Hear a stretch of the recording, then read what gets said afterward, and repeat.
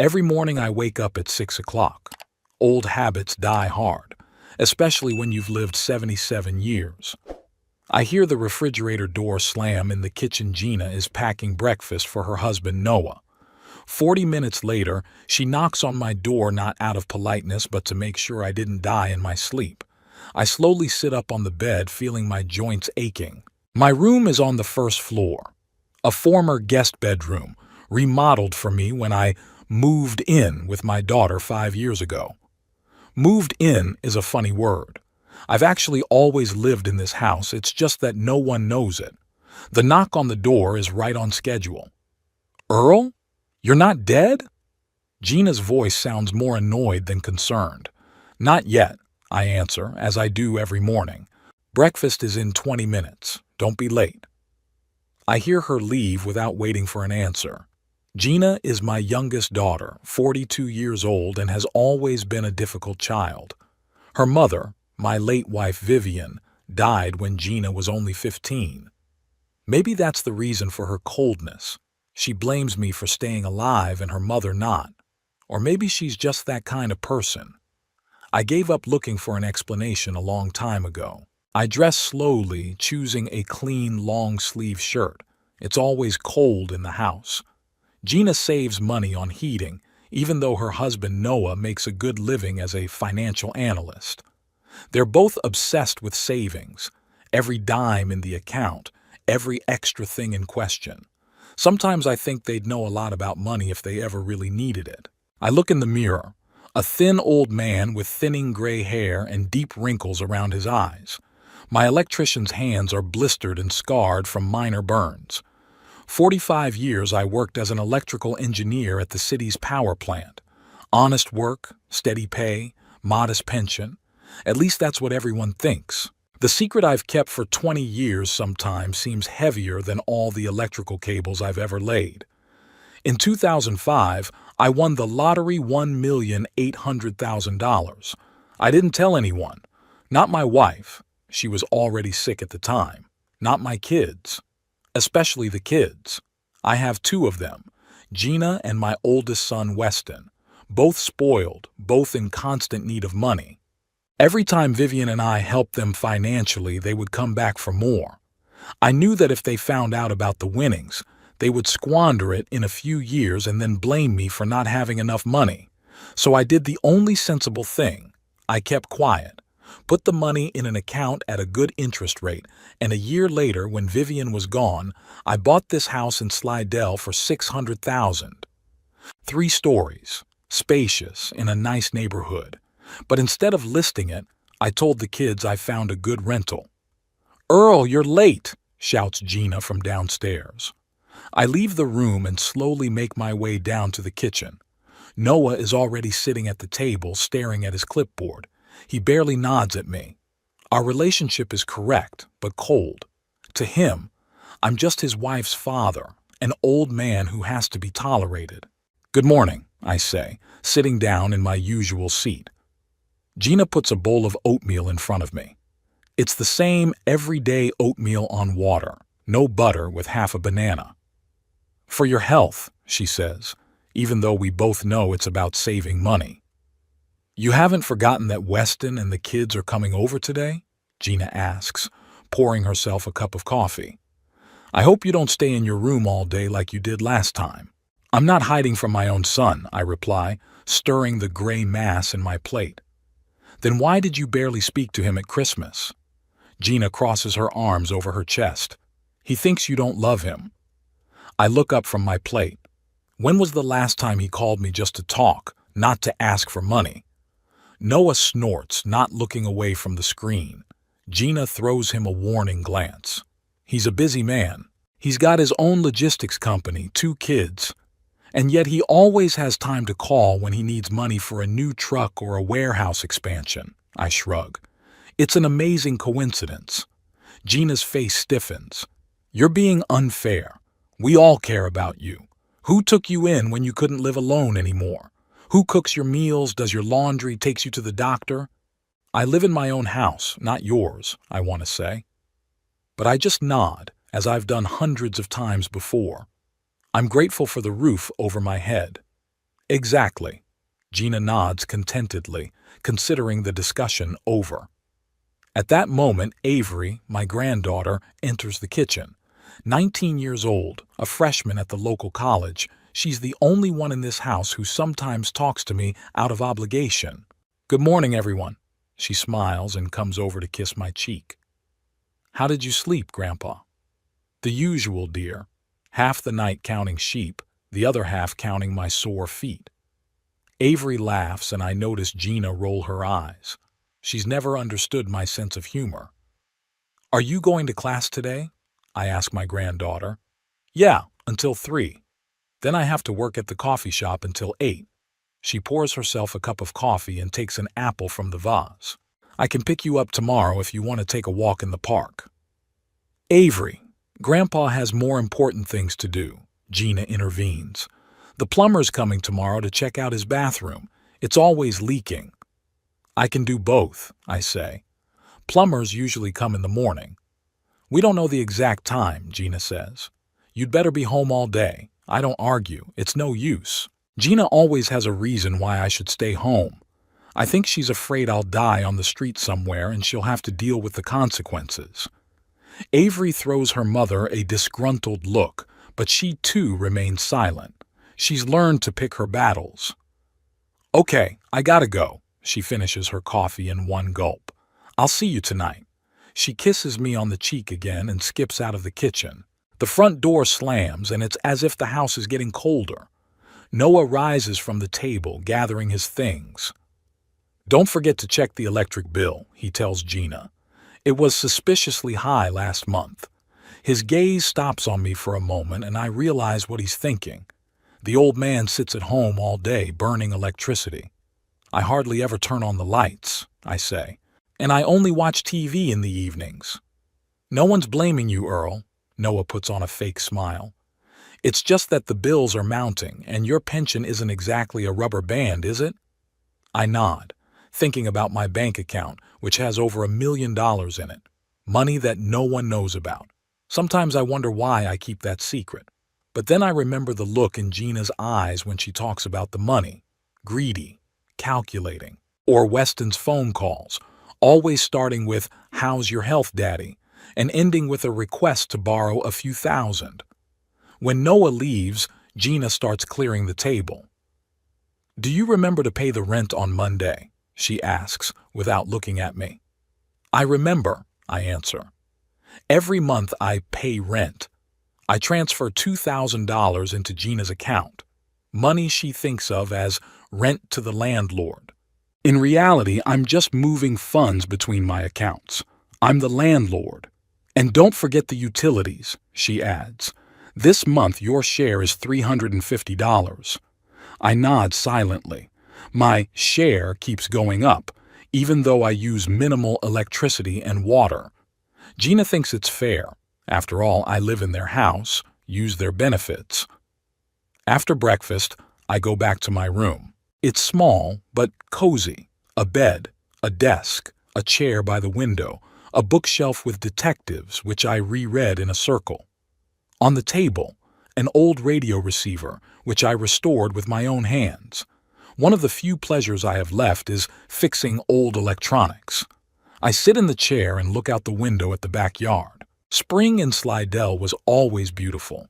Magnolias blooming, fresh greenery, birds returning from the south. Vivian loved this time of year. We would often sit on the back porch of our old house, drinking tea and just watching nature. Sometimes I think she wouldn't have approved of my lies. Vivian was always straightforward, honest to the point of ruthlessness. Earl Cunningham, she would say, you've turned into a secretive old fox. But then I remember how worried she was about Weston and Gina, how she cried when they came for money again, not interested in her health. We've raised selfish people, she told me once, and I thought, maybe she would understand. The sound of a car pulling up pulls me out of my musings. I look out the window. Weston's black SUV. My son gets out of the car, followed by his wife Lauren and 2 teenage children, Ethan and Cora. They rarely visit, even though they live only 20 minutes away. Weston is 50, but he looks older, full, balding, perpetually tense. His logistics company has been teetering on the brink of bankruptcy for years, but he still buys expensive cars and sends his kids to private schools. I leave the room and go to meet them. Gina is already opening the door, hugging her brother. "Weston, I'm so glad you're here." Her voice goes up an octave as she speaks to her brother. "Kids, how you've grown." The teens mumble greetings without taking their eyes off their phones. Lauren hugs Gina and they exchange compliments. Then Weston spots me. "Hi, Dad." He walks over and awkwardly hugs me. "How's your health?" "Still alive," I answer with a smile. "It's good to see you, son." We walk into the living room. The kids immediately plop down on the couch, staring at their phones. Lauren and Gina retire to the kitchen, discussing some new diet plan. Weston and I are alone. "How's business?" I ask, even though I already know the answer. "It's tough," he sighs. "There's more competition, and customers are demanding more and more for the same money. You know, Dad, I was thinking." He lowers his voice. "Do you have some spare cash? I need to upgrade my truck fleet or we're going to lose the Blue Ridge shipping contract." There it is. It hasn't been 5 minutes. "Weston, you know my situation. I'm living on my pension, paying Gina's room and utilities." I know, he nods quickly. "But maybe you have some savings. Something set aside for a rainy day? I'll pay it back with interest once the contract starts making a profit." I look at my son, who is 50 years old, and I see the same boy who asked for money for a new bike because the old one wasn't cool enough. Same look, same intonation. "No, Weston, I don't have any savings." His face darkens. "I see. Well, I was just asking." The rest of the visit passes in a tense atmosphere. Weston barely speaks to me. The children ignore my existence altogether. After lunch, they quickly pack up and leave, citing some urgent business. As the door closes behind them, Gina turns to me. "What did you say to him?" He looked upset. "The truth, that I didn't have the money to sponsor his business." Gina shakes her head. "Do you have to be so callous? He's your son. He's trying to keep the business afloat." "And I'm trying to make it to the end of the month on my pension," I parry. "Which, by the way, I'm partially giving to you." Gina presses her lips into a thin line. "You live in my house. You use my food and electricity. It would be weird if you didn't pay, wouldn't it?" In your house, I think to myself. How easily she has appropriated my property. How confidently she talks about how I should pay for the right to live in the house I bought with my own money. "Of course," I say out loud. "All is fair." In the evening, when the house is quiet, I sit in my room and listen to old jazz on the radio, quietly, so as not to disturb Gina and Noah. Over the wall, I can hear them discussing my stubbornness and ingratitude. How I don't help my own son, even though I must have stashed something. I look at my reflection in the window pane, an old man with a bitter smile. 20 years I've kept a secret. 20 years I've lived a double life. Sometimes I ask myself, was it worth it? Would it have been better to tell the truth from the beginning? But then I remember the greedy gleam in Weston's eyes, Gina's cold calculation, and I realize, no, I did the right thing. The money wouldn't have made them better. It would have disappeared faster than I could blink. It's times like this that I especially miss Vivian. She was always my compass, my conscience. What would she say now? Would she support me or condemn me? Avery gets home around 9. I hear her knocking quietly on my door. "Grandpa? Are you awake? Come on in, sweetheart," I answer. She slips into the room, tired after a long day, but still finds the strength to smile. "How was your day?" she asks, sitting down on the edge of my bed. "Your uncle came by," I answer. "He asked for money for trucks." Avery rolls her eyes. "The usual. He never just shows up, does he?" I shrug. "He's got his own problems." That's no excuse to use you, she frowns. Mom's the same way. They both think you owe them something. Sometimes it amazes me how perceptive Avery is. She sees things in her 19 that adults in their 40s and 50s don't. Your mom takes care of me, I say, even though we both know that's not entirely true. She cares about the money you pay her. Avery shakes her head. I'm sorry, I don't mean to speak ill of Mom, but she could treat you better. I smile and take her hand. You remind me of your grandmother. She always told the truth too, even when it was inconvenient. Avery smiles. I wish I could remember her. I was only 4 when she died. She would have been proud of you, I say. You're the only one in this family who isn't obsessed with money. Maybe because I've never had a lot of it, she laughs. It's hard to become obsessed with something you don't have. We talk some more about her studies, about her job at the coffee shop, about the book she's reading now. Then she yawns and gets up. It's time for me to go to bed. I have to get up early tomorrow. She leans over and kisses me on the cheek. Good night, Grandpa. Don't let them hurt you.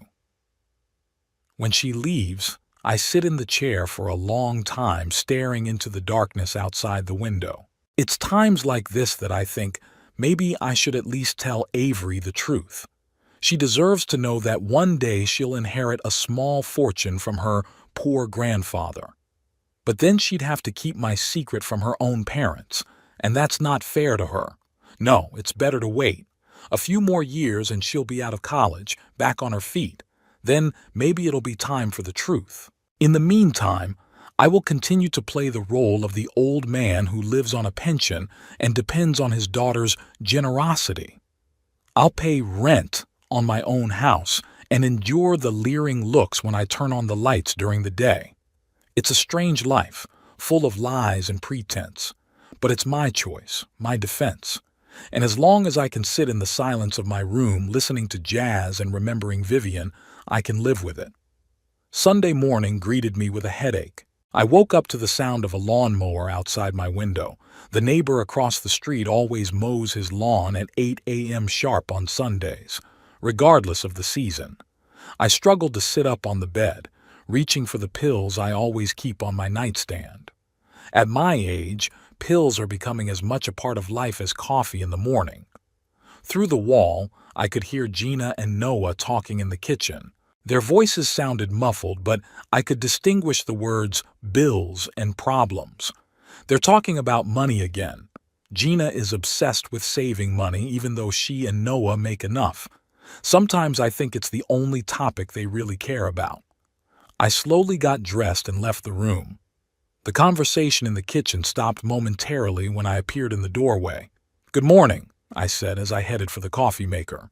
Gina was sitting at the table with a calculator and a stack of papers, bills, receipts, bank statements.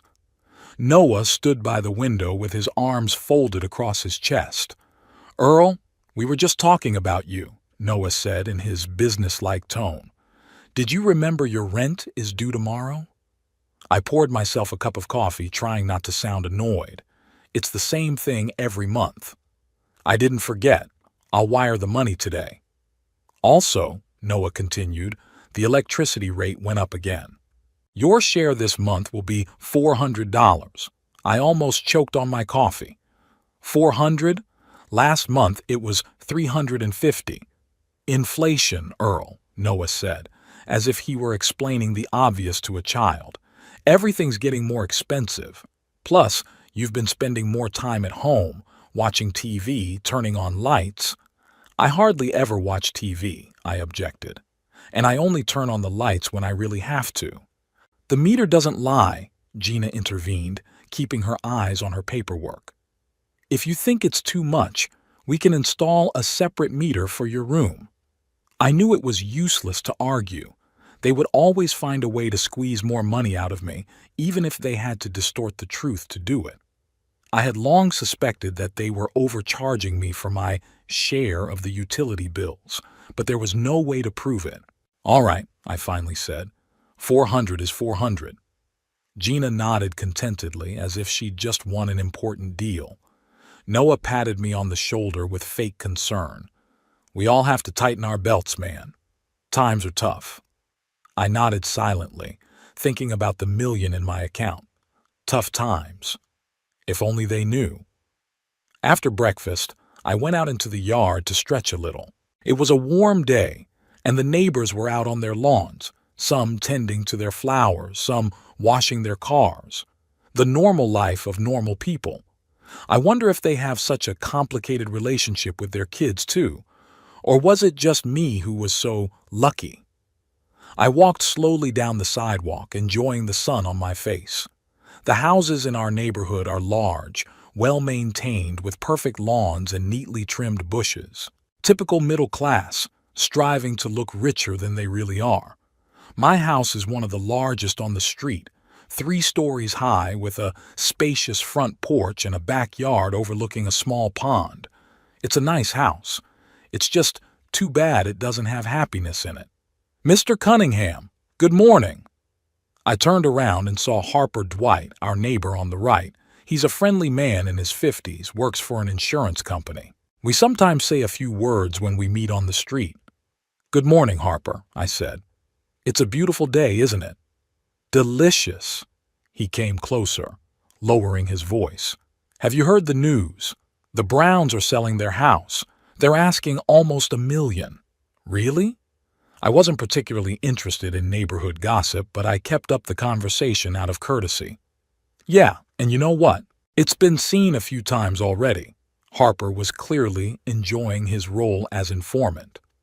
The realtor says there's a lot of interest. Our neighborhood's getting more and more popular. Prices are skyrocketing. I nodded, thinking about my own house. If the Browns can ask $1 million for a house smaller than mine, how much is my property worth now? When I bought it 20 years ago, I paid $600,000. The real estate market in Slidell has gone up a lot since then. Have you thought of selling? Harper asked suddenly. It's such a big house for the 3 of you. It must be hard to keep it in order. I smiled. It's not mine, Harper. I'm just renting a room from my daughter. It was a standard lie I'd been repeating for years. Sometimes I started to believe it myself. Oh, yes, of course, Harper nodded. I'm sorry, I forgot.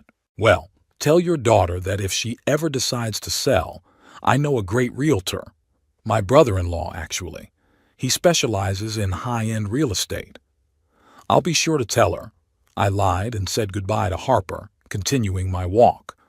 The thought of selling my house had never seriously crossed my mind before. Why sell the place I'd lived in for so many years? But now, after my conversation with Harper, the idea was lodged in my mind. What if I do sell the house? What would Gina do when the real owner decided to put the property on the market? I chuckled as I pictured her face. But then my thoughts took a more serious turn. Why not? Why don't I sell the house and start living my own life, without constant reproaches, without having to pay for the right to live in my own house, without daily humiliation? Vivian would call it petty revenge. She had always been above such things. Earl, she would have said, you're becoming just like them.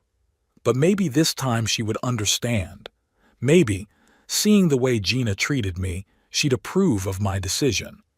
I remembered how Vivian and I had met at a dance at the local club in 1968. I was 20, she was 19. She was the prettiest girl in the room, tall with brown hair and a laugh that made everyone around her smile. We married a year later, bought a little house on the outskirts of Slidell. I worked as an electrician, she as a school teacher. We were happy, despite our modest income. And then the kids were born, first Weston, then Gina, and everything changed. They never appreciated what they had. They always wanted more. Weston demanded expensive toys. Gina demanded fancy clothes. Vivian and I worked overtime to make sure they had everything they needed, but it was never enough. And when Vivian got sick, they didn't even bother to visit her regularly in the hospital, too busy with their own lives. I sighed, coming back to reality. The walk took me to a small park at the end of the street. I sat down on a bench watching the ducks on the pond. What would Vivian say about my current life? Would she approve of my lies? Probably not. Vivian always preferred straightforwardness. Tell them the truth, Earl, she would probably advise. Stop hiding. But it was too late for the truth. Too many years had passed, too many lies had accumulated. If I confessed now, they would never forgive me for my deception. Not that I particularly valued their forgiveness, but the thought of more family discord was hard. When I got home for dinner, I found Gina in a foul mood. She was thrashing around the kitchen, slamming cabinet doors loudly. "What's wrong?" I asked her gently. "The boiler broke," she said. "Again. Third time this year. This house just eats up money."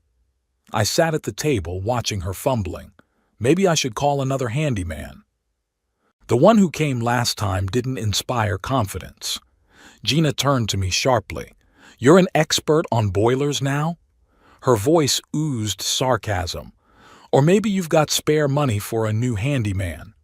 I remained silent, knowing that any answer would only add fuel to the fire. "Exactly," she continued.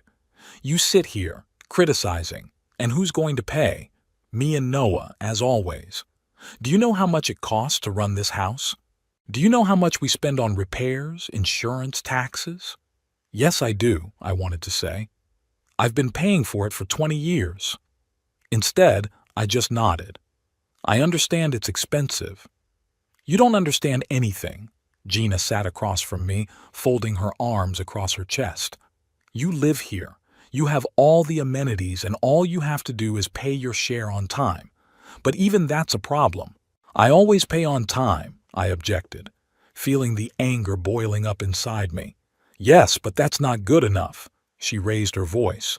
"Prices are going up, Earl. We can't subsidize your life anymore." Subsidize? Now it was my turn to raise my voice. "I pay $2,000 for a room and $400 for utilities. That's more than my pension. Where do you think the rest of the money comes from?" Gina was almost screaming. "Does it fall out of the sky?" "No, it's me and Noah working our asses off to pay for this house." I took a deep breath, trying to calm down. This conversation was going nowhere but another fight. "I can increase my share if I need to," I said finally. "Or I could look for another place to live." Gina snorted. "And where will you go? Who would rent to a 77-year-old man with a meager pension? You realize we didn't take you in because of the money, but because you're our father. That doesn't mean you can sit on our necks." "Taken in." Those words cut like a knife. Every time Gina said them, I felt like a stray dog that had been taken in out of pity. At that moment, Noah walked into the kitchen, fresh from a run. He immediately sensed the tension. "What's going on?" "The boiler's broken," Gina replied, "and Earl thinks we should spend even more money on expensive handymen." "I didn't say that," I countered. "I was just making a suggestion." "It doesn't matter what you suggested," Noah interrupted. "The fact is, it's getting more expensive to run this house, and your contribution is the same. It's not fair to us." "I just told Gina I'm willing to increase my share," I replied, feeling like I was being backed into a corner. "By how much?" Noah asked businesslike. "Another $500 a month would cover the increase in expenses." I swallowed. Another $500? That would be nearly impossible on my pension. Sure, I had money in my account, but they didn't know that. "Yeah, I need to think about it," I said finally. "This is a serious promotion." "Think fast." Noah cut me off. "The bills won't wait." He left the kitchen, leaving me alone with Gina. She looked at me with an expression I couldn't quite pinpoint, a mixture of disappointment, annoyance, and maybe a dash of pity. "You realize we're not going to kick you out on the street," she said more quietly. "But you have to pay your fair share. This is adult life, Dad. Nothing comes for free." Adult life. I'm 77 years old, I've worked all my life, buried my wife, raised 2 kids, and she's telling me about adult life. "I know," I replied, holding back my anger. "I'll think about your offer." The next day, on my usual walk, I saw the realtor outside the Browns' house. A tall man in an expensive suit was putting up a "for sale" sign on the lawn. Without knowing why, I approached him. "Hello," I said. "Are you selling the Browns' house?" The man turned around and gave me a professional smile. "That's right. Raymond Prescott, Slidell Luxury Real Estate." He handed me a business card. "Are you interested in buying?" I grinned. "No, just curious. I live in the neighborhood." I pointed to my house. "Over there." Raymond whistled. "That's a great house. One of the best in the neighborhood. If you ever want to sell, be sure to come to me. With a property like that, you can get a great price in the current climate." "Really?" I acted surprised. "How much do you think it could be worth?" Raymond squinted his eyes, assessing the house from afar. "It's hard to say for sure without an inspection, but given the location, the size, and the current market, I'd say at least 850,000, maybe even 900 if everything inside is in good condition." I whistled, feigning shock. "Wow. Is this a good time to sell?" "The best time in years," Raymond said confidently. "Demand is huge, offers are low. Homes in this neighborhood are going in a matter of days, often above asking price. If you have any interest—" No, I replied hastily. "The house isn't mine. I just live there with my daughter. She's the owner." "I see," Raymond nodded. "Well, if your daughter ever thinks about selling, here's my card. I can arrange a free appraisal." I took the card and put it in my pocket, thanking him. The rest of the day I thought about the conversation with the realtor. 850,000, maybe even 900, considerably more than I'd paid 20 years ago. Money that would ensure that I could live comfortably for the rest of my days without having to account to Gina and Noah for every dime I spent. That evening, when everyone had gone to bed, I pulled out Raymond's business card and stared at it for a long time. Then I took out my cell phone and saved the number. Just in case, I told myself. Just to know I had a choice. The next few days passed in relative peace. Gina was busy at work, Noah was away on a business trip, and Avery spent most of her time at college or at work. I enjoyed the rare moments of solitude, listening to jazz, reading books, fiddling with my old radio. But on Thursday night, the storm broke again. Gina came home from work in a terrible mood. I was sitting in the kitchen drinking tea and reading the paper when she came in and threw her bag on the table. "Did you wire the rent money?" she asked without greeting. "Yes, back on Monday," I replied, keeping my eyes on the paper. "And the extra?" I looked up. "What extra?" "We talked about increasing your share." Gina folded her arms across her chest. "Another 500 a month. You said you'd think about it." "I did," I said calmly. "I've decided I can't afford the increase. My pension isn't exactly rubber." Gina's face turned red. "So you expect us to keep covering your expenses? That's not fair, Earl." "I'm paying a fair price for a room," I objected, feeling my blood pressure rising. $2,000 for a small bedroom is more than market value. "It's not just the room," Gina raised her voice. "You're using the kitchen, the living room, the garden. You consume electricity, water, gas. "I pay for the utilities separately," I interrupted. "And the sums keep going up, even though I use almost nothing." "You use more than you think," Gina countered.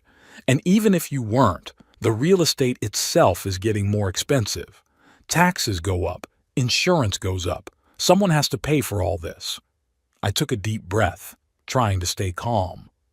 "I realize it's expensive to maintain a house, but I can't pay more than I am now. If you need extra money, maybe you should talk to Weston. He could—" "Weston?" Gina laughed a bitter laugh. "Are you serious? He's got his own problems. And unlike you, he has real expenses, the kids, the business, the mortgage." "I have expenses too," I said quietly. "Drugs, doctors, which are mostly covered by health insurance." Gina cut me off.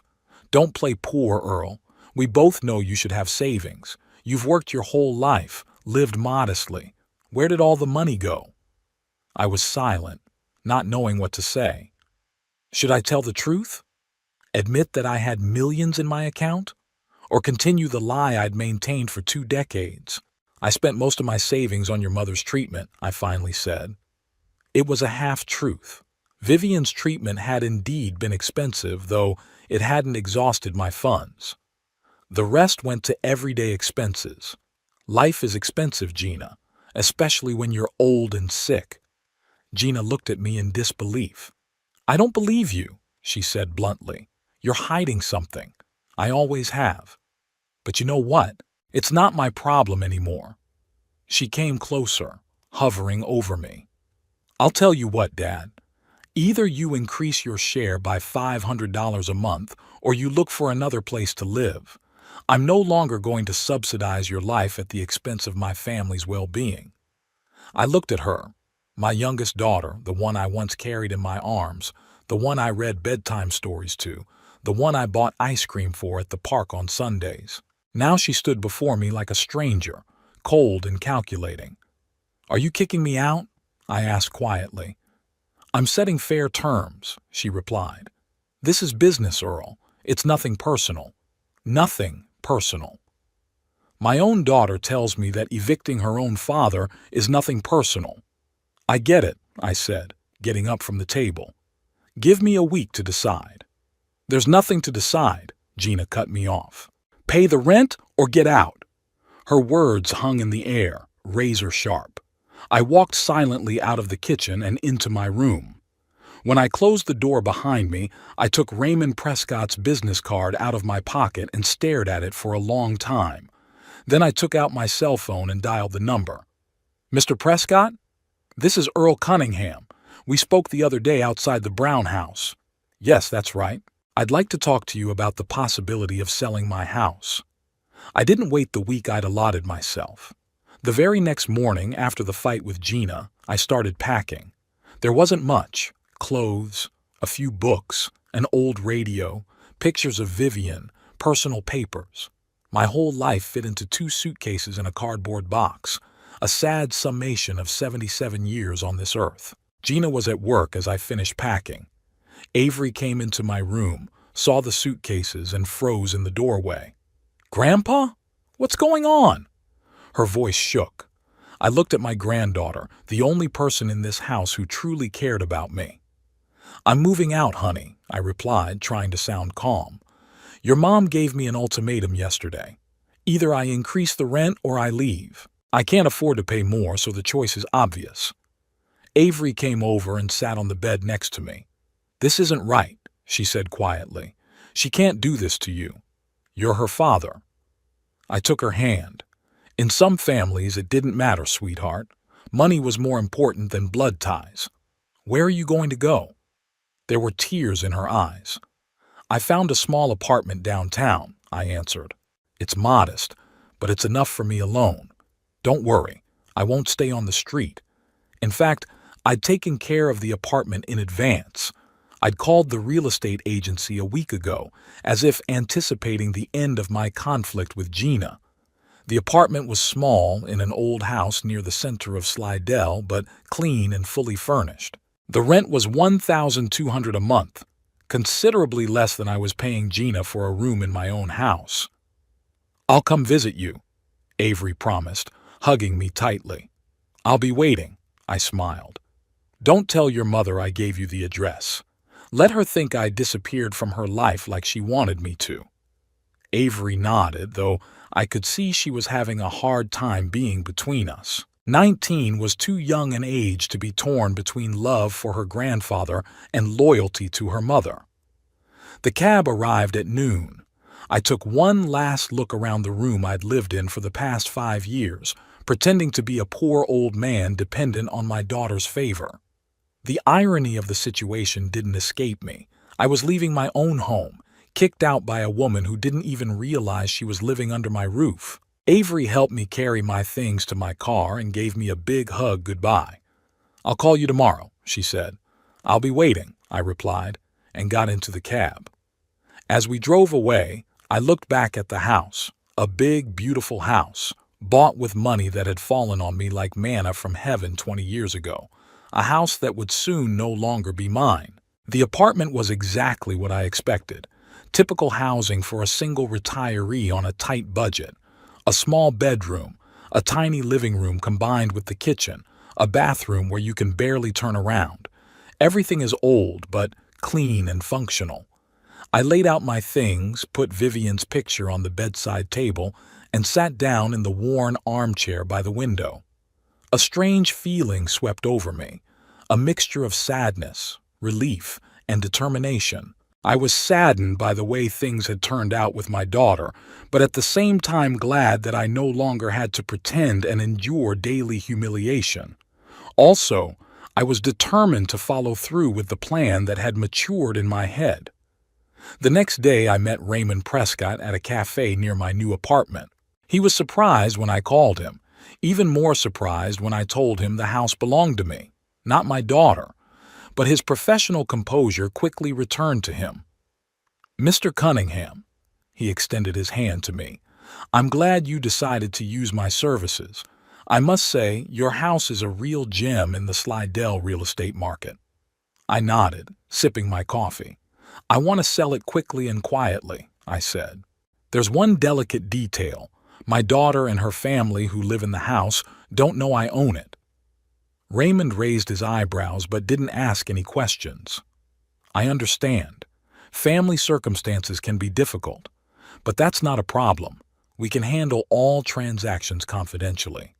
However, the buyers will need to see the house." "I know," I interrupted. "You can tell your daughter that the current owner has decided to sell the house and that she will have a standard eviction period after the deal is finalized. She doesn't need to know that the owner is me." Raymond tapped his fingers on the table thoughtfully. "It's possible. We could do the sale through a trust or a limited liability company to hide your name. But let me ask you, are you sure you want to go that route? Family secrets tend to come out at the worst possible time." I chuckled. This particular secret had been kept for 20 years. A couple more months won't make a difference. "Whatever you say." Raymond nodded. "Now about the price. After a preliminary appraisal and market analysis, I believe we can list your house for $890,000. That's an aggressive but realistic price, given the current demand." I nodded. "That sounds reasonable, but I'd like to set a minimum acceptable price of $840,000. If an offer of that amount or higher comes in, I'll agree to sell immediately." Raymond smiled. "You know a lot about real estate, Mr. Cunningham. 840 is a good threshold. I'm pretty sure we'll get offers higher, but this gives us a clear target." We discussed the details: agency commission, showing schedule, marketing strategy. Raymond was professional in his work, explained everything clearly and without too much water. By the end of the meeting, I had the impression that I was in good hands. "I'll have the documents ready by the end of the week," Raymond said, saying goodbye. "In the meantime, I'll take pictures and a virtual tour. When would it be convenient to show me the inside of the house?" "My daughter works weekdays from 9 to 5, I said. "That would be the best time. I'll give you the key." Raymond nodded and we parted. I went back to my small apartment feeling strangely relieved. The wheel had turned. Soon my plan of revenge would become a reality. In the evening, Gina called. I didn't answer right away, staring at the blinking phone screen. Part of me wanted to ignore her calls for the rest of my life, but I knew that would only delay the inevitable. Besides, I was curious what she would say. "Hello," I finally answered. "Earl? Where are you?" Her voice sounded annoyed, but I could detect a note of concern. "Someplace safe," I answered evasively. "You moved out without even saying goodbye. Did you? I come home and you're gone. Your stuff's gone. Avery said you took a cab and left." "What did you expect, Gina? You literally kicked me out of the house." "I did not kick you out. I didn't kick you out. I just said you should pay your fair share." "Which I couldn't afford," I reminded her, "which is tantamount to eviction." There was silence on the line. Then Gina sighed. "Look, maybe I was too harsh. We can talk about this." You shouldn't be living alone at your age. It's dangerous. Ah, I thought. That's where the dog is. Gina wasn't worried about me, she was worried about money. Without my rent, the family budget would be drastically reduced. I'm doing just fine on my own, I replied. I found a small apartment that I can afford. Nothing to worry about. But your stuff, she began. I took everything I need, I interrupted. The rest you can throw away or keep, whatever you want. Earl, you're being unreasonable, she said, a familiar note of superiority in her voice. You're 77 years old. You can't just go off and live alone. Obviously I can, I replied. And I'm doing it. Don't worry, Gina, I won't be a burden to you and Noah. That's not the point, she exclaimed. We're a family. We have to stick together. Family. How conveniently she remembered that when she realized she was losing her source of income. I'm sorry, Gina, but you shattered that illusion yourself when you gave me the ultimatum, I said calmly. I respect your decision and I've made mine. I think it's best for all of us. She tried to convince me to come back for a while longer, but I remained adamant. Finally, she gave up. All right, do whatever you want, but when you find it hard to live alone, don't come crying to me. Don't worry, I won't, I replied, and hung up. I spent the next few days settling into my new apartment. I bought groceries, found the nearest pharmacy, studied the bus schedule. Life began to take a new direction. Without the daily fights with Gina, without having to account for every dollar spent, without the constant feeling that you are a burden to your own children, I breathed easier. Despite the modest conditions, I felt more free than I had in years. Avery called the second day, as promised. I gave her the address and she arrived that evening, bringing homemade cookies and a new book. How are you settling in? She asked, looking around the apartment. Quite comfortable, I replied, pouring tea. It's quiet. The neighbors are mostly old people like me. There's even a small park nearby where I walk in the mornings. Avery sat down at the small kitchen table, resting her chin on her palms. Mom's furious, she said. At first she thought you were bluffing and would be back soon. Now she realized you're serious and it's pissing her off. I grinned. I can imagine. How did Noah react? He's worried about money. Avery rolled her eyes. He's still calculating how much he'll have to pay for the house without your share. They're both acting like you betrayed them, not the other way around. I shook my head but didn't comment. I didn't want to put my granddaughter in an even more difficult position by making her choose sides in the conflict. What about Weston? Does he know I moved out? Yeah, my mom called him. Avery sipped her tea. He said something like, typical Earl, always thinking of himself. Sorry, Grandpa, but my uncle's a jerk. I laughed, openly and sincerely for the first time in a long time. Don't apologize, honey. It's a tough family, as they say. We talked for almost 2 hours. Avery told me about college, about her part-time job at the coffee shop, about her plans for the future. She dreamed of becoming a journalist, writing about social issues. She had big plans and a bright head. I hoped that the money she would one day get from me would help her realize those dreams. When she left, I felt the loneliness again, but it wasn't as oppressive as before. Now it was the calm, peaceful loneliness of a man who can finally breathe fully. 3 days later, Raymond Prescott called with the news. Mr. Cunningham, we already have interested buyers, he excitedly reported. I took photos and a virtual tour yesterday, posted the ad just this morning, and already 5 viewing requests. That fast? I was surprised. I told you the market is hot right now, Raymond replied. Plus, your house is a real gem. 3 stories in excellent condition in an upscale neighborhood. These offers are rare. We agreed on a showing schedule. Raymond would bring potential buyers when Gina was at work. I gave him a second set of keys and warned him to be careful. Leave no signs of being there. Lock all the doors as they were. Don't worry, Mr. Cunningham, the realtor assured me. I'm a professional. Your daughter won't suspect a thing until the very last moment. The next day, Gina called again. This time her tone was softer, almost apologetic. "Earl, I've been thinking about our situation," she began. "Maybe we can find a compromise.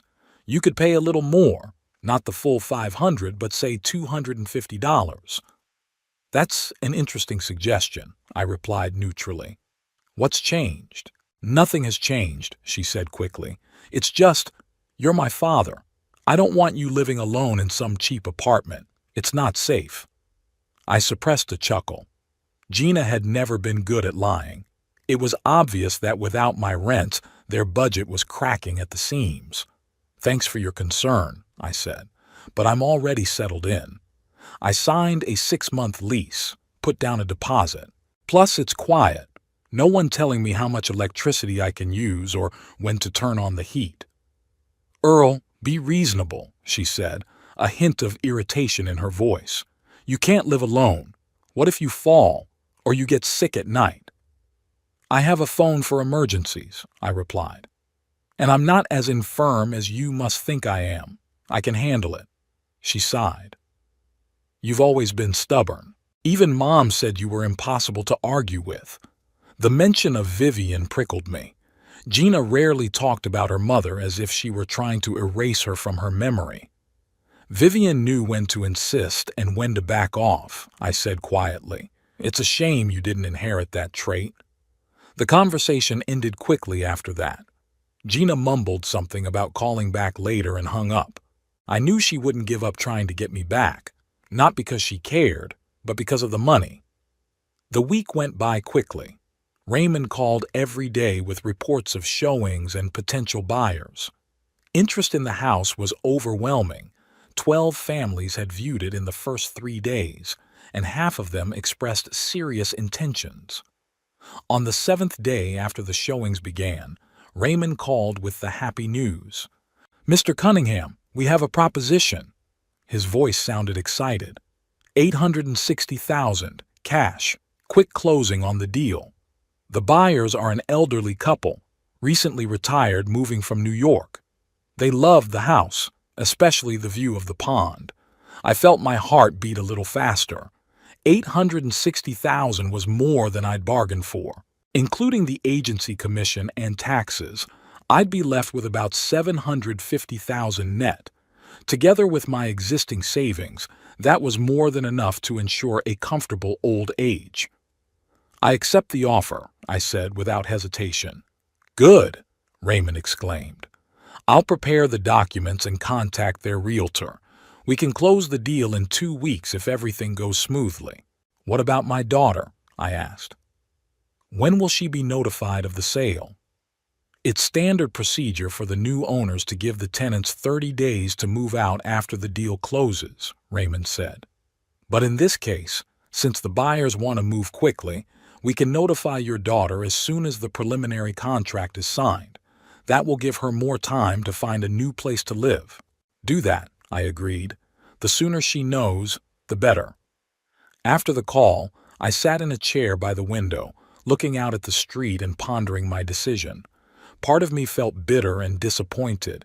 It wasn't how I'd envisioned my life ending. I had hoped to spend my final years with a loving family, perhaps with grandchildren visiting me every weekend, with a daughter who cared for me out of love, not money. Instead, I was selling my house to get revenge on a woman who saw me only as a source of income. But another part of me felt a strange satisfaction. Gina would finally know the truth, that she'd been living in my house all these years, not the other way around. That I wasn't a helpless old man dependent on her favor, that I could have pulled the rug out from under her at any time, and that's exactly what I was doing now. Vivian probably wouldn't have approved of such revenge. She always said that anger destroys the soul of the one who feels it, not the one at whom it is directed. But Vivian didn't see what our daughter had become since her death, didn't hear the cold words, didn't feel the scornful looks, hadn't endured the humiliation day after day, year after year. I sighed, looking at my wife's picture on the nightstand. "I'm sorry, darling," I whispered, "but sometimes even the most patient people break down." The next few days passed in paperwork. I signed documents, answered lawyers' questions, submitted bank statements. Raymond handled the process skillfully, explaining each step and warning of potential pitfalls. Gina called several times, still trying to convince me to come back. I answered evasively, not wanting to give her false hope, but not revealing my plans either. Let her find out everything from the realtor, like a regular tenant. It would be fair. On the 10th day after I left, Raymond called with the news. Mr. Cunningham, the preliminary contract has been signed. The buyers have put down a deposit of $86,000. Now we can officially notify your daughter of the sale. How do you plan to do that? I asked. The standard procedure is to send a registered letter notifying her of the sale and demanding that she vacate the premises within 30 days of the closing. But in your case, I think a personal meeting will be more effective. I can stop by tomorrow and explain everything. She'll be furious, I warned. Don't worry, Raymond grinned. In 15 years in this business, I've seen it all. Tenant anger is a common occurrence in real estate sales. I agreed to his plan but asked him not to reveal my involvement until the very end. Raymond promised to maintain confidentiality, but warned that at the closing of the transaction, my name will inevitably appear in the documents.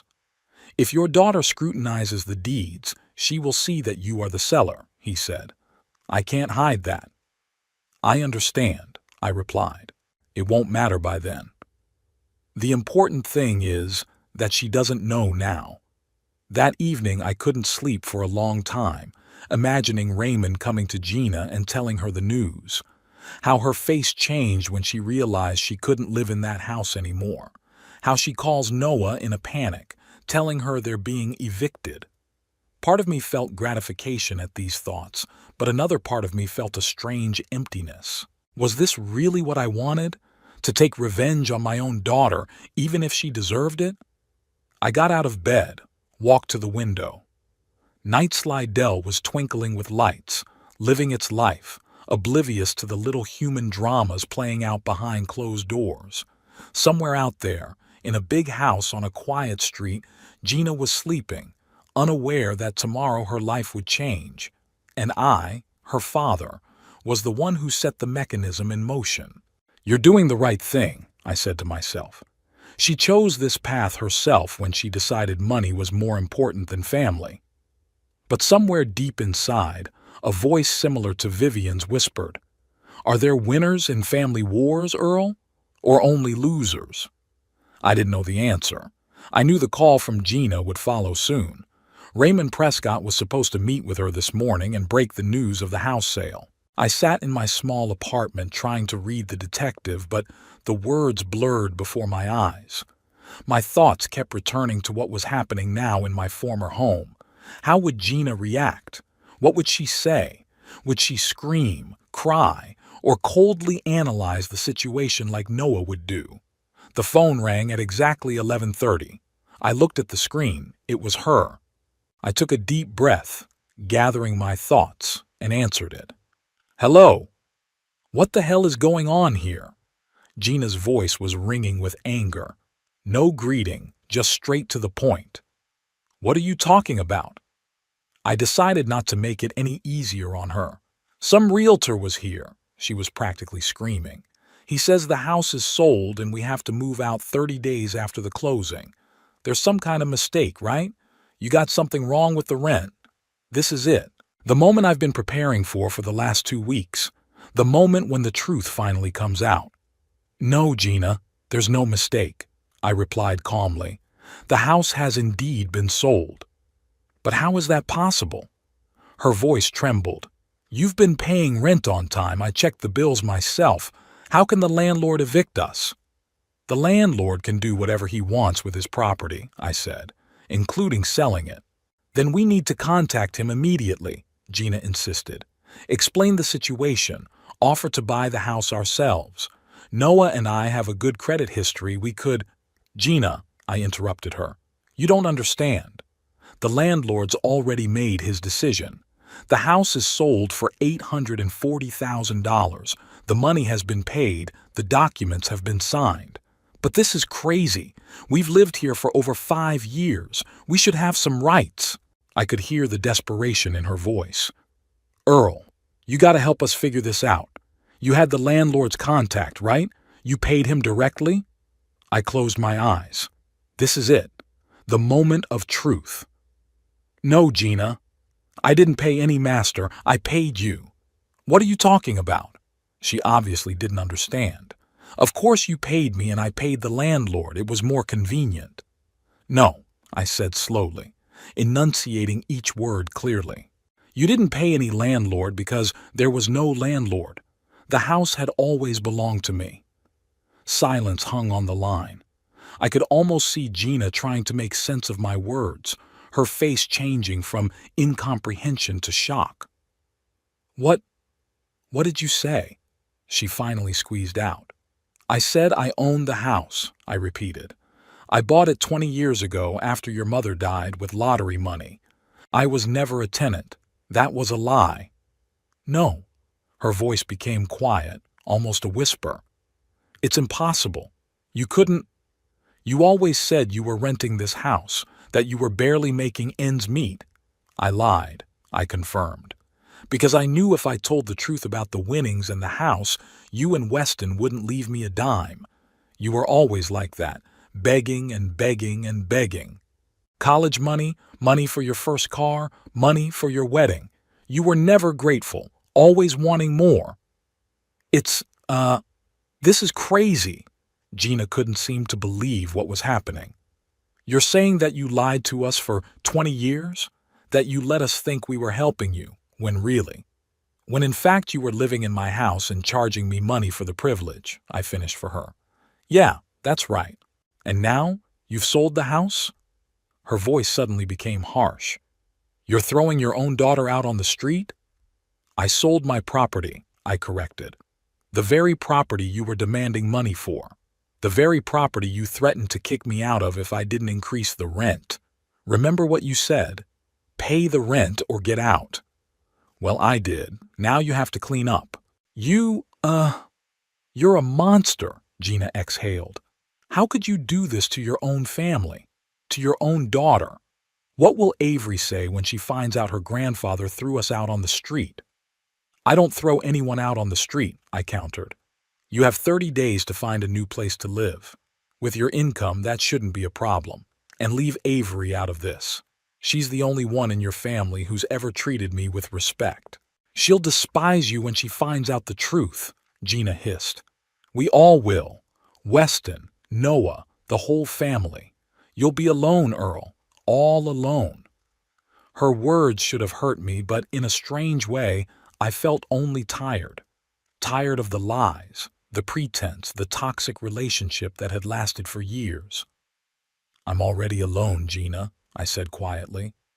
I've been alone since your mother died. You and Weston have never been around except when you needed money, so your threats are about 20 years too late.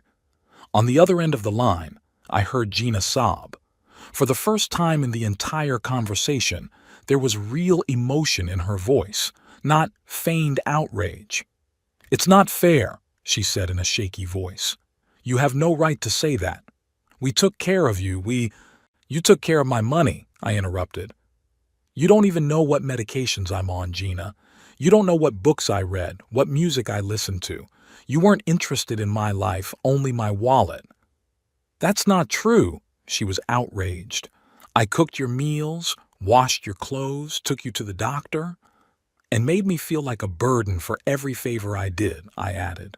Reminded me every chance she got of how hard it was for you to be with me, counting how much electricity I use and how much water I waste. That's not caring, Gina. It's business. I can't believe you feel that way about us. Her voice got quieter. After all we've done for you. And I can't believe you can't see the truth, I replied. But it doesn't matter anymore. The house is sold. You have 30 days to find a new place to live. I suggest you start looking immediately. You're going to regret this, Gina said, her voice threatening. I'll tell everyone what you've done. All your family. All your neighbors. Everyone will know what you're really like. Tell them. I shrugged, though she couldn't see it. I have nothing to hide, nothing more. I pressed the end button and put the phone down on the table. My hands were trembling slightly. Despite my outward calm, the conversation wasn't easy for me. I felt a strange mixture of emotions, relief that the truth had finally been revealed, sadness that my relationship with my daughter was finally ruined, and the emptiness that comes after a long-awaited but bitter triumph. I stood up and walked to the window. The day was clear, sunny. People were walking down the street minding their own business, unaware of the little family drama playing out in one of the apartments. Life went on as usual, indifferent to our problems. The phone rang again 15 minutes later. This time, it was Weston. I'd almost expected it. Of course, Gina had called her brother right away, told him everything. I took a deep breath and answered. Weston, what the hell are you doing? My son's voice was full of rage. Gina just called me in hysterics. You sold the house? Seriously? You're throwing your own kids out on the street? I sold my property, I replied calmly, something I had every right to sell. But why now? Why so suddenly? Weston clearly couldn't understand my motives. And why the hell didn't you ever tell us you owned the house? Because you'd immediately start demanding your share, I answered bluntly. Like I always did. Every time I had money, you and Gina would immediately put your hand out. Remember when you asked me for a loan for your business? Every time we saw each other, every call ended with you asking for money. That's not fair. Weston was indignant. I asked for help because I believed you wanted me to succeed. Because you're my father, damn it. And I have helped, I reminded him. Many times. But it was never enough, was it? It always needed more. And where's the gratitude? Where's the respect? You only called me when you needed money. You didn't even visit me on my birthday last year. I had an important meeting, Weston defended himself. I couldn't cancel it. Of course you couldn't, I sighed tiredly. There's always something more important than an old father. But when you need money, suddenly there's time to make a call. I can't believe you feel that way about us. I could hear the resentment in Weston's voice. We're your family, Dad. We took care of you. No, Weston, I shook my head. You took care of my money and what I could do for you, not me. And that's why you decided to get revenge? Throw Gina and her family out on the street? That's your way of teaching us a lesson? I'm not throwing anyone out on the street, I repeated patiently. They have 30 days to find a new place to live. With their income, that shouldn't be a problem. 30 days is nothing, Weston exclaimed. Do you know how hard it is to find a good house in Slidell now? Prices have skyrocketed. I know, I said. That's why I sold mine. $840,000 was a good price. Weston was silent for a moment, digesting the information. $840,000. His voice changed. What are you going to do with that money? That's it. As soon as the large sum was mentioned, Weston's tone immediately changed from angry to interested. Typical. It's none of your business, I replied. My money is my business. But it's the family home, he objected. Mom would never approve of what you're doing. The mention of Vivian prickled me, but I didn't fall for the manipulation. Don't drag your mother into this, I said sternly. She would never approve of the way you two have treated me all these years either. She'd be disappointed to see how greedy her children have grown up to be. That's low, Dad. Weston's voice turned cold. Using Mom against us.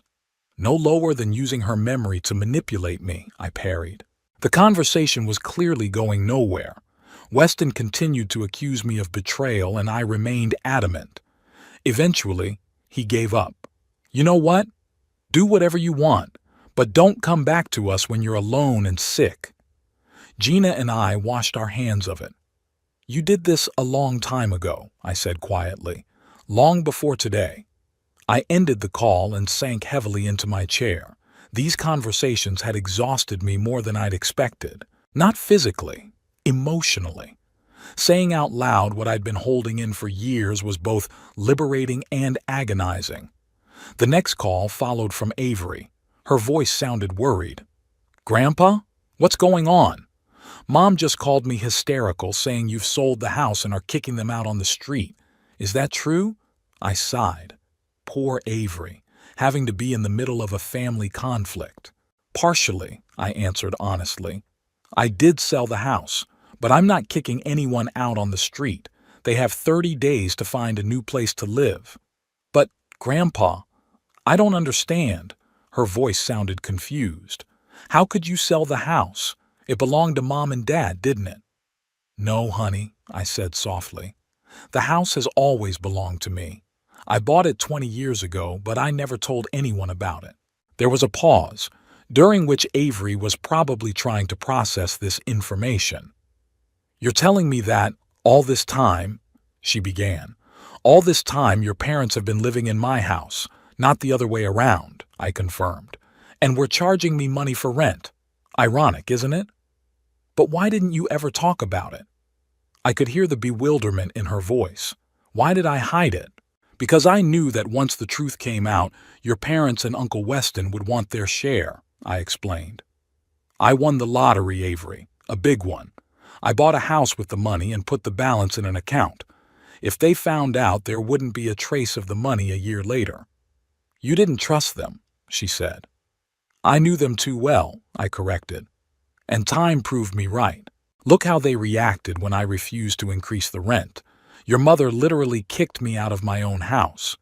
Avery was silent for a while, digesting the information. "Mom says you did it out of revenge," she said finally. "That you wanted to punish them." I wondered. Was it revenge? Yes, partly. I couldn't deny that I felt some satisfaction in imagining Gina's shock, but that wasn't all. "I did it because I was tired," I said honestly. "Tired of lying, of pretending, of having to justify every dollar I spent. I wanted freedom, Avery, to be able to do with my money as I saw fit, without fear of someone reaching out and demanding their share." "I understand," she said quietly. "But it's still cruel, Grandfather. They're without a home now. They have money to rent or buy a new house," I objected. "They're not on the street, and they have 30 days, more than enough time to find a place to live." "You're probably right," Avery sighed. "It's just that this is all so unexpected. I don't know what to think." "You don't have to choose sides, sweetheart," I said softly. "I'll still love you no matter what you decide." "I know, Grandpa," her voice trembled. "I'm just afraid I won't be able to see you anymore. Mom is furious. She says she'll never forgive you." "It's her choice," I said. "But you can always visit me whenever you want. My door is always open to you." After talking to Avery, I felt drained. It was as if all the emotions I'd been holding back for years had burst out in one day and left a scorched desert. There was no triumph, no satisfaction of revenge, just fatigue and the strange relief of not having to pretend anymore. I turned my phone off, not wanting any more conversations. Enough for today. Tomorrow would be another day, and maybe the passions would settle down a bit, though I doubted it. In the evening, I went out for a short walk. The weather was warm and there was the smell of blossoming trees in the air. I walked slowly, thinking about the events of the day, about the shock in Gina's voice, about Weston's anger, about Avery's confusion, about how one decision made 20 years ago to hide the winnings and buy the house had led to today. Was I right to do that? It's hard to say. Maybe if I had been honest with my kids from the beginning, things would have turned out differently. Maybe, knowing about my money, they would have shown more respect, more care, or, more likely, they would have just squandered my savings faster. I remembered Vivian, her wisdom, her ability to see through people. She'd always said that secrets destroy families from the inside out, slowly but surely, like termites destroy a tree. Was she right? Had I destroyed my family with my lies, or had it already been destroyed by my children's greed and selfishness? I didn't know the answer. I doubted I would ever know it. But one thing I knew for sure was that I no longer wanted to live a lie. Whatever happened next, whatever the outcome of this story, I would meet him with open eyes and a clear conscience. Back in the apartment, I turned on my phone. 10 missed calls from Gina, 5 from Weston, 2 from Avery. A few messages I didn't bother to read. I muted the sound and put the phone on the nightstand. Tomorrow. I'd deal with all of this tomorrow. Tonight. I just wanted some peace. I sat in a chair by the window watching the sun set over Slidell. A strange sense of freedom swept over me, as if the heavy weight I'd been carrying for 20 years had finally fallen from my shoulders. Yes, I had hurt my children. Yes, they would probably never forgive me. But I was no longer a prisoner of my own lies, no longer a victim of their manipulations. For the first time in a long time, I felt real, not a poor old man dependent on his daughter's charity, not a stingy father refusing to help his son, but just a man. Earl Cunningham, a 77-year-old widower who had the right to manage his life and his money as he saw fit. It wasn't a triumph. It was simply a release. 3 weeks have passed since the day Gina learned the truth about the house. In that time, my life had changed dramatically. The deal was successfully closed, and I received a check for $735,000 after all fees and taxes were paid. The money was deposited into my account, joining the balance of the winnings I had so carefully kept all these years. The first thing I did with my newfound wealth was to buy a small but cozy house in the southern part of Slidell. It was 1 story, with 3 bedrooms, a spacious living room, and a veranda overlooking a well-kept garden. It had cost $520,000, considerably less than I'd gotten for selling the old house, but it was much more practical for a lonely old man. No stairs, wide doorways, a convenient layout, everything for comfortable living. The realtor who helped me with the purchase, an energetic woman named Helen Morrow, was surprised when I paid for the house in full, mortgage-free. "That's rare these days, Mr. Cunningham," she said as we signed the papers. "Most buyers take out a loan." "I'm too old for credit," I replied with a smile. "I prefer to own what I have, fully and unconditionally." After I bought the house, I started fixing it up. For the first time in years, I could spend money without thinking about what Gina or Noah would say. I bought new furniture, comfortable, high quality, chosen for my taste, not for economy reasons. I ordered a large armchair with an adjustable backrest, which I had long dreamed of. I bought a modern TV with a large screen to watch old movies that I loved so much. Renewed his closet, throwing away the worn-out shirts and pants he had worn for years for fear of appearing wasteful. But the greatest pleasure was seeing a doctor, not the one Gina drove me to, constantly reminding me of the cost of the visit, but a specialist recommended to me by a neighbor. Dr. Phelps, an experienced gerontologist, gave me a complete examination, prescribed more effective medications for my arthritis, and even recommended a physical therapist who helped me develop an exercise program to improve my mobility. "For someone your age, you're in great shape, Mr. Cunningham," Dr. Phelps said after the exam. "With proper care and treatment, you can live many more years of active life." Those words were a balm to my soul. For years I had listened to Gina tell me how I was fading and needing more and more care. It was good to know that my health wasn't as bad as she tried to convince me. While I was settling into my new place, Gina and Noah were feverishly looking for a place to live. Avery told me about it during our regular phone conversations. She was the only one of the family to keep in touch with me after the house scandal, as she called it. "They're looking at apartments, but everyone's not happy," she informed me one evening. "Mom says nothing compares to the old house, and Dad is angry about the cost of rent. They fight all the time." "I'm sorry you have to witness this," I said sincerely. "Not your fault, Grandpa," Avery sighed. "Well, technically it is, but I understand why you did it. I probably would have gotten tired of the constant nagging and demands, too. It was so like Avery to try to see a situation from different angles. In her 19, she had a wisdom that her parents lacked. "How did Uncle Weston react to all of this?" I asked, though I guessed the answer. "He's furious," Avery confirmed.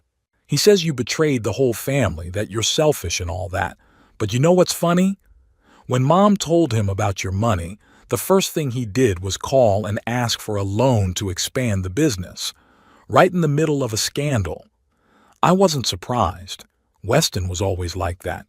Even when he was angry, he'd take advantage." "What about your parents? Are they still mad at me?" "Mom is," Avery answered after a short pause. "She says she'll never forgive you for cheating and kicking us out of the house. Dad, he's more angry about having to pay for a new place. You know Dad. It's all about money for him." I did. Noah's always been a financial analyst, not just by trade, but by vocation. Every decision in his life has been through the prism of profit and loss. "Had they found anything suitable?" I asked, feeling a slight prick of conscience. "I think so," Avery replied. "An apartment in a new complex near the center. It's not as big as the house, but it's a decent place." My mom still wasn't happy, saying it was a step backward in their lives. I didn't say anything. Gina had always been obsessed with status, the trappings of success. Moving from a big house to an apartment, even a nice one, was a blow to her ego. "When are you moving into your new house?" Avery changed the subject. "Already moved in," I answered. "I moved the last of my stuff in yesterday. You should come by sometime. I think you'll like it."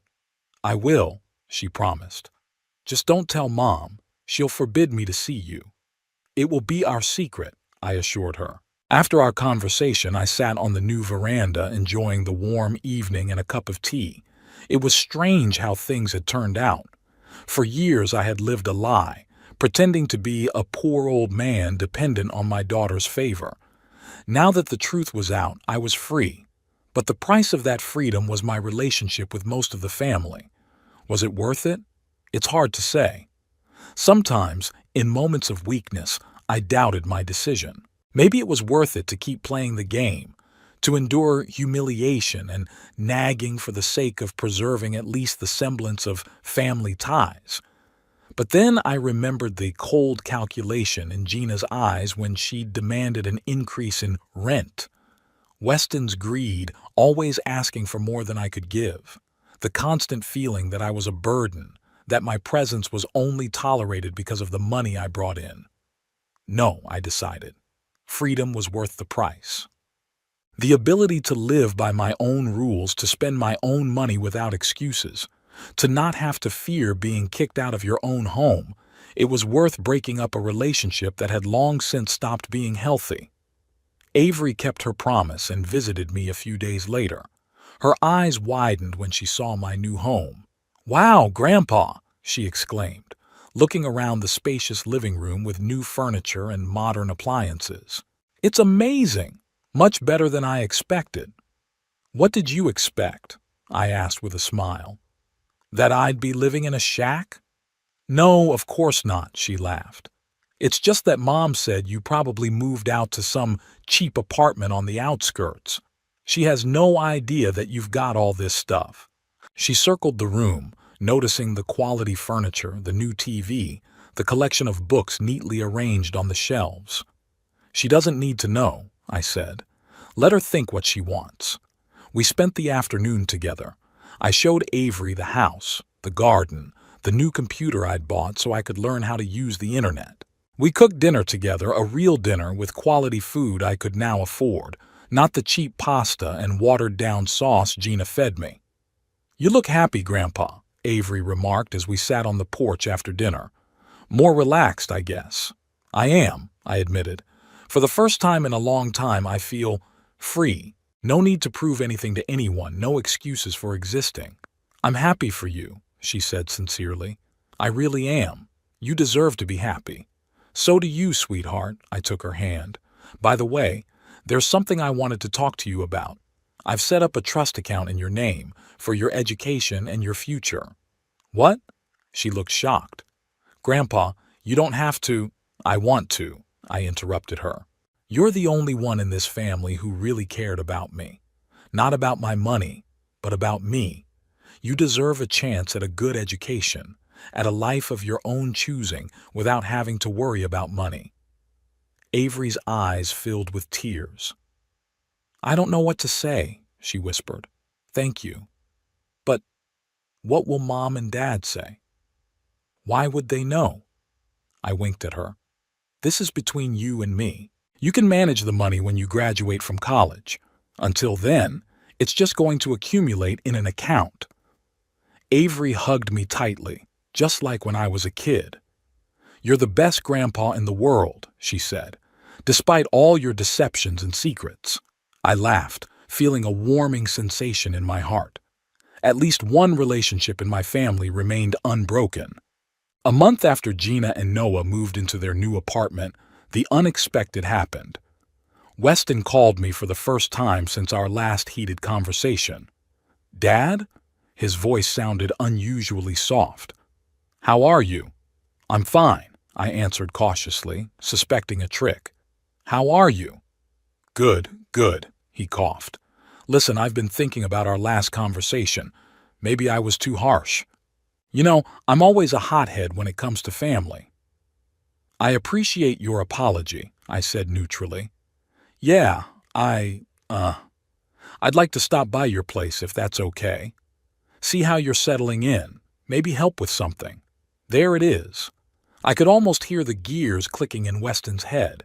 He'd found out about my money, my new house, and now he wanted to repair the relationship, not out of remorse or love, but out of possible gain. That's very nice of you, I said, but I'm perfectly settled. Everything that needs to be done has been done. Yeah? I could hear the disappointment in his voice. Well, maybe I'll just stop by and see you. It's been so long since we've had a proper conversation. Maybe some other time, I said evasively. Right now, I'm a little busy with setting up the house. After a few more attempts to make an appointment, Weston gave up and said goodbye, promising to call later. I knew he would call, especially if he heard from Avery, who I hoped would keep her mouth shut, about the trust I'd set up for my granddaughter. Gina held on longer. For almost 2 months after the eviction, she didn't make contact. But one day, as I was gardening at my new house, her car pulled up. I straightened up, leaning on the rake, and watched her get out of the car, looking around my house with undisguised amazement. Earl, she said instead of greeting me. Nice place you got here. Thanks, I replied calmly. To what do I owe this visit? She stepped closer, scrutinizing my face. You look good, she said with a touch of surprise. Healthier than before. A proper diet, a good doctor, and a lack of constant stress works wonders, I said. Gina pressed her lips together, but she held back a sharp reply. Avery told me you bought this house, with the money from the sale of your old house? Yes, I confirmed. It's much more practical for someone my age. No stairs, all on one level. She nodded, looking at the well-tended garden, the new garden furniture on the veranda, the freshly painted front. Must have cost a lot of money. I can afford it, I replied simply. Gina sighed as if gathering her strength. Look, Dad, I know we didn't break up in the best way. I was shocked, angry about your deception. But as time went on, I thought, maybe we should try to make things right. We're still a family. Family, I repeated thoughtfully. It's funny how you're only bringing that up now. Not when you kicked me out of the house. Not when you made me pay for a room in my own house. I didn't know it was your house, she objected. You never told us the truth. And if I had, I asked, what would have changed? Would you have treated me with more respect? Or would you just demand more money? Gina didn't answer, but her silence was more eloquent than any words. You didn't come here for reconciliation, I said, realizing the truth. You came here because you found out about my money, my new house, because you realized you'd missed your chance to get your share. It's not fair, she said quietly. You're judging me without even giving me a chance. I gave you a chance every day for the 5 years I lived with you, I replied. Every day was a chance to treat me like a father, not a source of income. You didn't take any of them. We stood in silence, looking at each other across a chasm of mutual resentment and misunderstanding. Finally, Gina turned toward the car. I thought you'd be lonely and miserable, she said over her shoulder. That you'd realize how much you needed a family. But you seem to be doing just fine on your own. Yes, I agreed. I'm doing fine. She got in her car and drove away without saying goodbye. I watched her go, feeling a strange mixture of sadness and relief. It was probably the last time we'd see each other, but maybe it was better for both of us. The next few months passed in relative peace. I set up my new home, gardened, found a hobby club where older people like me met to discuss books and play chess. Avery visited me regularly, sometimes staying for the weekend. She talked about college, about her plans to become a journalist, about trips she wanted to take. Weston called several times, each time with a barely concealed request for money. I politely declined, saying that all my funds had already been disbursed. He quickly lost interest in the conversation after that. Gina didn't call or come by again. I learned from Avery that he and Noah had bought a smaller house than before, but still spacious and in a good neighborhood. The relationship between them had become strained. Noah accused Gina of missing out on a gold mine by not having a better relationship with me. Sometimes I wondered if I had done the right thing by revealing my secret in this way. Maybe I should have gradually told the children the truth, given them time to get used to the idea that their father wasn't as poor as they thought. But then I remembered the cold calculation in Gina's eyes, Weston's greed, and I realized nothing would have changed. They'd just get to my money faster. On a bright spring morning, I was sitting on the veranda of my new house, enjoying a cup of good coffee, real, freshly ground coffee, not the cheap instant stuff Gina was buying. The morning paper was in front of me.